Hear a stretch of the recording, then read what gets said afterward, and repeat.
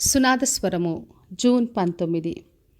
ఆకాశమందు నివాసి అయిన దేవుడు తానే మా యత్నమును సఫలము చేయును గనక ఆయన దాసులమైన మేము కట్టుటకు పూనుకొనుచున్నాము.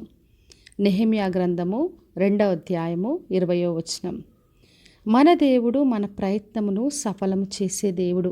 అదే ఈ రోజున వాగ్దానం చేస్తున్నాడు. మరి ఆయన చిత్తంలో మనం ఏ పని ప్రారంభించినా ప్రతి ప్రయత్నాన్ని ఆయన సఫలపరుస్తాడు. మరి నెహెమ్యా యెరూషలేము యొక్క ప్రాకారం కట్టడానికి కొరకు వచ్చాడు.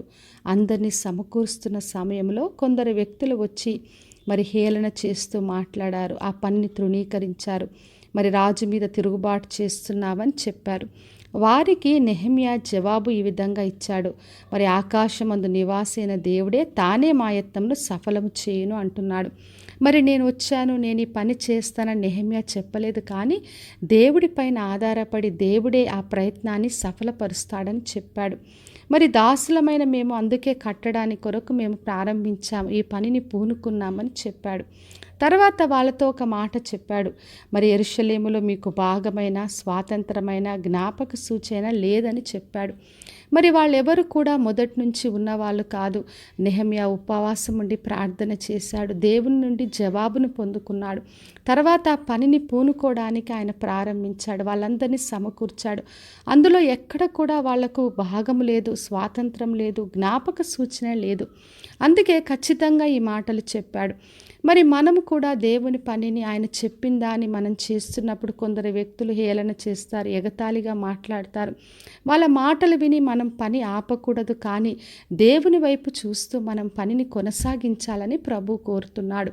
మరి యేసుక్రీస్తు పరిచర్య చేస్తున్నప్పుడు శాస్త్రులు పరిసయ్యులు ఎంతగానో ఆయన హేళన చేశారు, ప్రశ్నించారు.